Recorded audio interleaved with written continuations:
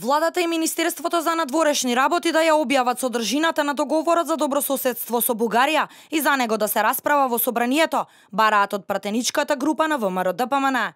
Според Антонио Милошовски, доколку Министерството за надворешни работи смета дека во тој договор има премногу класифицирани информации, кои што во моментов не е соодветно да се споделуваат со пошироката јавност, пратениците од ВМРО-ДПМН ќе го испочитуваат таквото барање и се подготвени дебатата за македонско-бугарскиот договор да ја водат на затворена седница за јавноста. Собранието според Уставот и според Законот за надворешни работи е еден од чинителите во надворешната политика на државата и одлучува за истата. Сметаме дека ако можела владата на Бугарија овој битен договор да го сподели и да го разговара со пратениците во Бугарското собрание, би требало и владата на Република Македонија да го разговара овој битен договор со пратениците во Македонското собрание.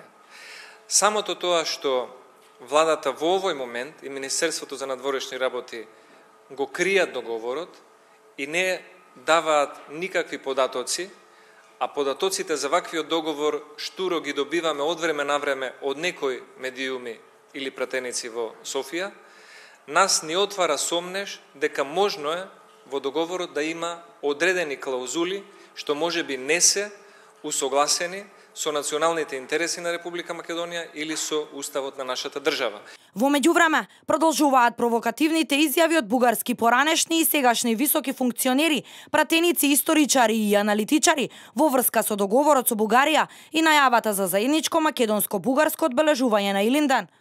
Последен во низата е поранешниот претседател на Бугарија Петар Стојанов, кој во емисија за бугарската државна телевизија изјави дека Илинденското востание е бугарско, а Македонија е дел од Бугарија. Разделението на българска снага на три, на северна България, на източна Румелия и на Македония, се приема като върховна историческа несправедливост и тя всъщност е такава. Защо казвам романтизъм? Ами затова, защото когато започва четническо движение в Македония, особено когато започва подготовката и избухва Илинденското въстание, българите вече са далеч по-просветени, ние имаме свои вестници, ние имаме свои канали за комуникация, цяла България знае за това. Това е нашето второ априлско въстание. Изживяно вече с един романтичен ореол. Казах за първото, много хора разбират час след неговото потушаване.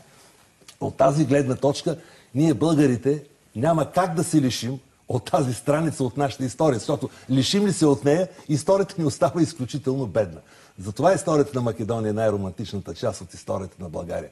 Предходно и пратеникот во Европскиот парламент од партијата ГЕРБ на Бојко Борисов, Андреј Ковачев, во провокативна изјава истакна дека Македонија има 100% фалсификувана историја и тоа било основата на која се базира договорот за добрососедство, кој заев го договори во Софија.